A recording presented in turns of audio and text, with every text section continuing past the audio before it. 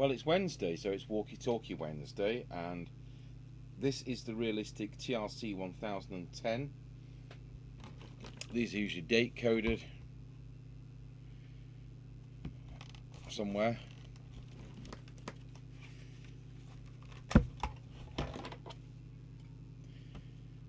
Um, 1993. So this is right at the end of when Tandies were here in the UK, and I regard this as the best CEPT only handheld that there ever was. But we'll find out, won't we, because we've been doing lots of different handhelds in recent years. The fact it says Unit 1010-C means it was from our higher stock at the time. We actually hired these out when people didn't want business radios.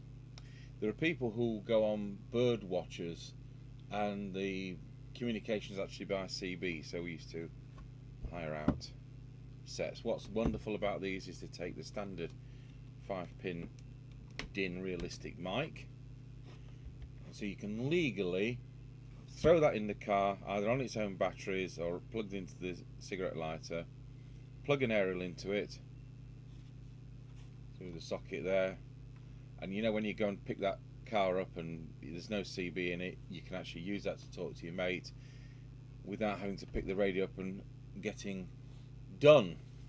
And the other wonderful thing is, whereas the UK 2781 specification didn't allow centre loaded aerials or aerials above 1.5 meters, this has a superb centre loaded telescopic aerial. So I'm expecting that to work probably the best handheld we've ever tested in recent years. But I might be totally wrong, it might be a load of. Now, we did have the service manual for these and I have lost it. It's possible that I never picked it up when I left Nottingham Radio in the early 90s. All kinds of things, but it's not in the file. So we're going to have to go through this in a bit of a haphazard way rather than having the manual. I've checked online and nobody else seems to have it. I paid good money for my copy of the manual, and as I say, it just isn't in the file. So, and it's not one we've scanned, so it's not one that has got mislaid in the last 10 or 15 years when we were scanning all the manuals. Do you know what? I bought an A3 scanner when Windows 98 was the thing, and they never upgraded the software, so it doesn't work with computers later than Windows 98. So we have a Windows 98 computer, so I can use the A3 scanner. And when you've paid nearly £1,000 for a scanner, because it's A3, etc., etc., I'm not going to discard it, am I, and get another one which happens to be compatible with this week's computer flavour. So this is why you have to have a plethora of computers. Did I say we could open this up? No, I didn't. Oh dear.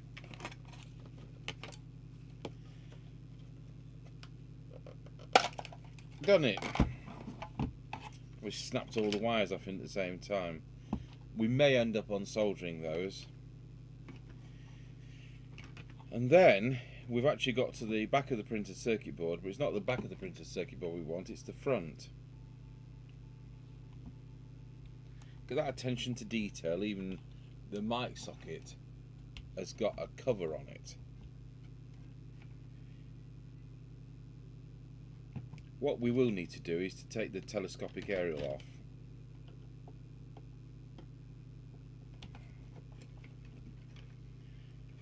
So I'll pause the video while I manage that. So by today's standards it's relatively big, and that's the remote on the floor. But all the resistors and most of the capacitors are surface mount underneath there, and the coils and the transistors and microchips are leaded, and it's a good compromise between repairability and size. It's still a bit large, but it's not anything like as large as the Realistic 1000 1005 or the Bannerton Long Ranger and other half decent handhelds of the time. It's crystal filtered as standard, which so was the Realistic 1001 and 1005, but it became a requirement with the receiver specification being part of the MPT specification for CEPT. So we're going to connect this up to the test gear, and it's not that difficult because it has so many sockets on it. So we can plug the speaker output into there. We'll be able to use a push to talk microphone. I'll dig one out in a moment. And somewhere we have, it covers Motorola and phono in one adapter to SO239. Tandy's actually sold those, and I've not seen this kind of variant anywhere else. So that can go into the extension speaker. Sorry, I can go into the antenna. We'll make sure the radio is set to high power. I think it's what does it say on the back? Is it another of these? It doesn't say. Probably 3.5 watts. And we can connect power as well, and we have here a ready set up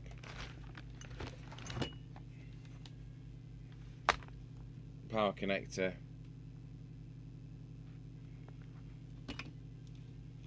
going into the power socket there. And these are a 12-volt radio, and you will see there are either 10 AA's for rechargeables or 8 AA's, and then you use 2 dummy batteries for throwaway batteries. So we'll power that up and we'll take it from there. Okay, so we're going to transmit and we'll see what it's doing. So I'll put it on the 3 watt scale. I'm glad I put it on the 3 watt scale because it's not doing much at all. Wow, why is that? It's got to be the adapter.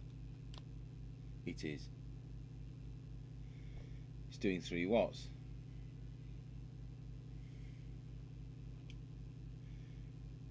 And on low power, just for the record, it does what?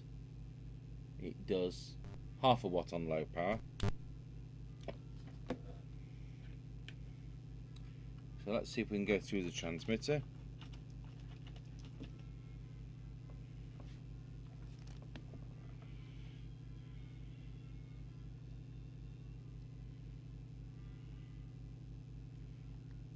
Now we've got a preset here, and that could well be either power or low power. So let's see what it does. It is power.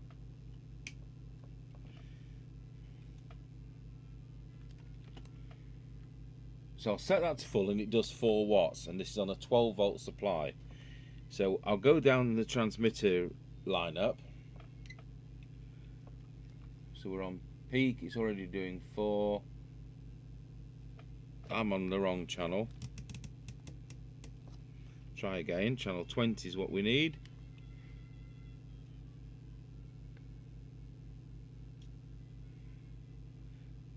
So that was T8, T9, T10.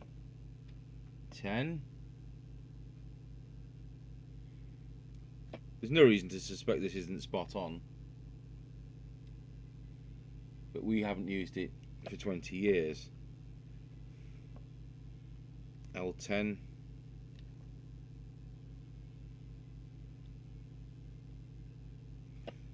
Just see if L11 is part of it. One would expect so. So it's now doing 4.2 watts, and we'll drop the power to 4.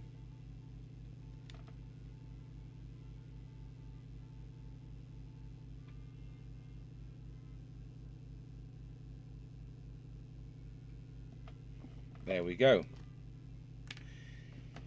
So I'll put the other camera on the frequency counter, and then we can look at what frequency it is. It's just very slightly off, but really is neither here nor there. So it looks to me, if I just put an S9 signal on the radio, It looks to me like T4 is going to be the detector. So see if that we can maximise that trace.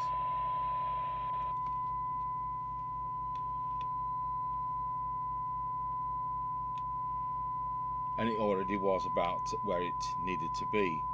So we'll swap the camera over to the cyanide meter and let's have a look at whether we can tune it up. You don't often get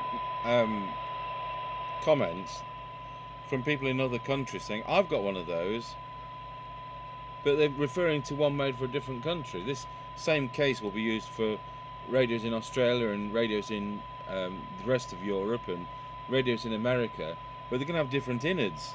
So, you know, if an American person says, oh, I've got one of those, how do you turn up the modulation? Well, we haven't got modulation in the UK, we've got deviation because we're FM. It's totally different board, totally different innards, and it's just the same case. These will be made for them by GRE, General Research Electronics, who are actually, who did most of their scanners. So most of the Tandy's upper end of radio equipment was made for them by GRE. So it's a bit unique, but it's good. Very flat speaker. So let's see what we can do. We'll better if we get a reading on the cyanide meter. So we'll drop the attenuator to about 4, and we'll start by going through and see if we can get anything out of it. This will have been tuned. Oh, that's an improvement. By us when we bought them, but not for 20 odd years. So drop that again. It's nice when we gain something.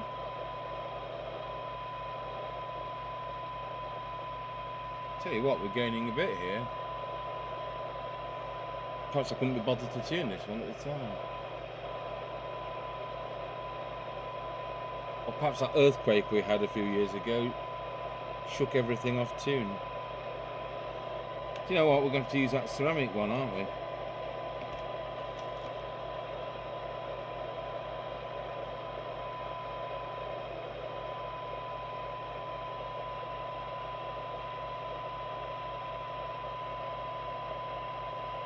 I wasn't sure whether this was receive or transmit. It is receive.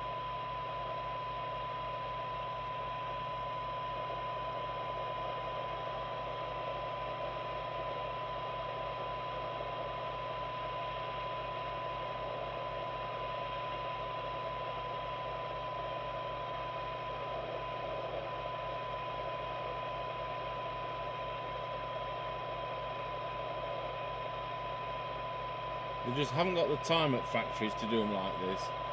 They go whip, whip, whip, get it to the point which is the minimum accept, and out the door it goes.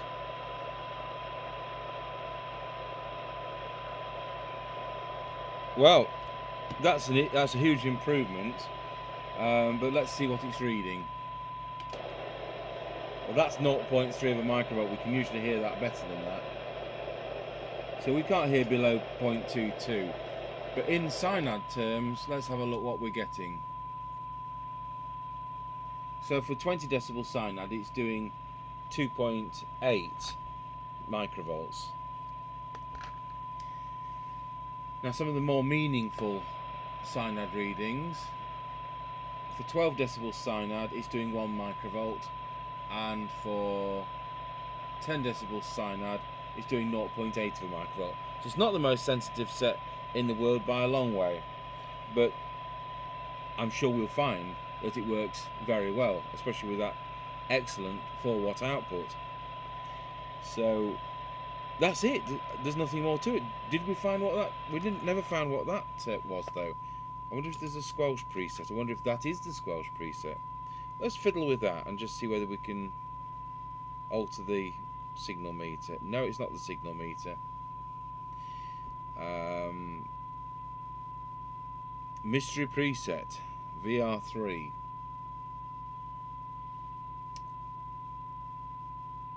I just wonder if the built-in microphone, I'll unplug this one, has a separate deviation control. It has just struck me. Let's see what happens. Could lose that camera, now we're done.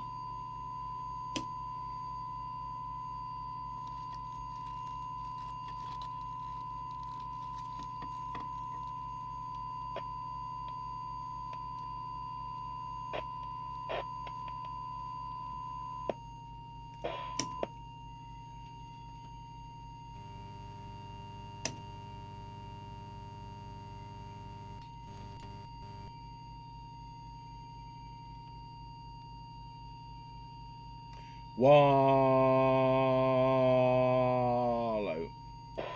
Yeah, VR3 is the internal microphone. Oh, I'm glad we checked that. So I'll just kind of get a bit closer to it.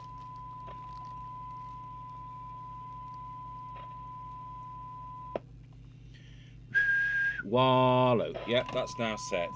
So VR2 is external microphone, VR3 is internal microphone. So that was actually a surprise, I didn't expect that. So this is how the squelch performs.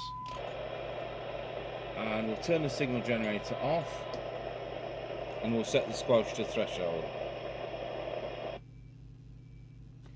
So we'll switch the signal generator on and it's coming through at 0.3 of a microvolt. We'll switch the squelch to full and we'll turn up the signal generator. 1 microvolt, 3 microvolts, it's coming at 3. Yeah, that's not as strong as I would like, but there is no adjustment for it.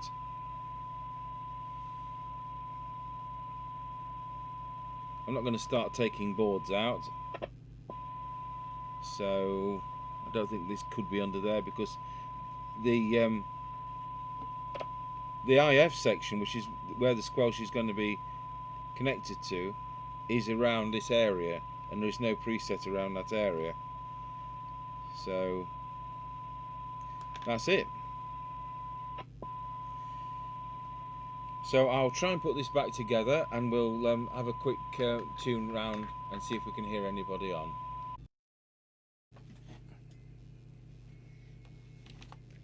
Alright, so we'll plug the aerial in, we'll switch on, I'll plug the mic in,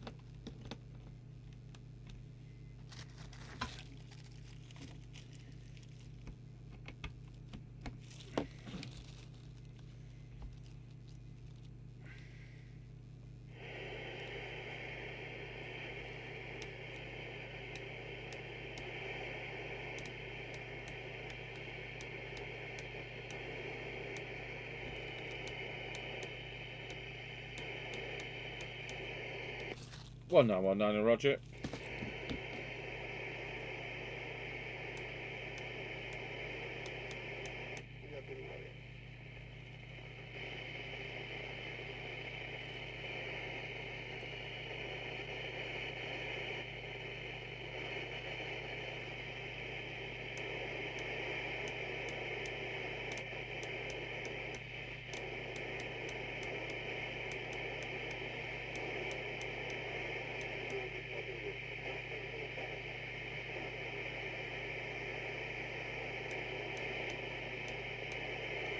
Okay, it was a bit of a lift on today, so we'll be doing the on the air test, both with the we'll have to use the Midland 48XL with this being CEPT. So I'll talk to Mr. Chippy from this on the aerial like we are now, and then we'll do another test with when he goes out with the body cam. So that'll be done from this end, it'll be done from the body cam. So there'll be another 3 videos on this, and then later on in the year we'll do another kind of test altogether where we try and get 14 miles. So there you have it, the rather nice and versatile Realistic TRC1010. Thank you for watching.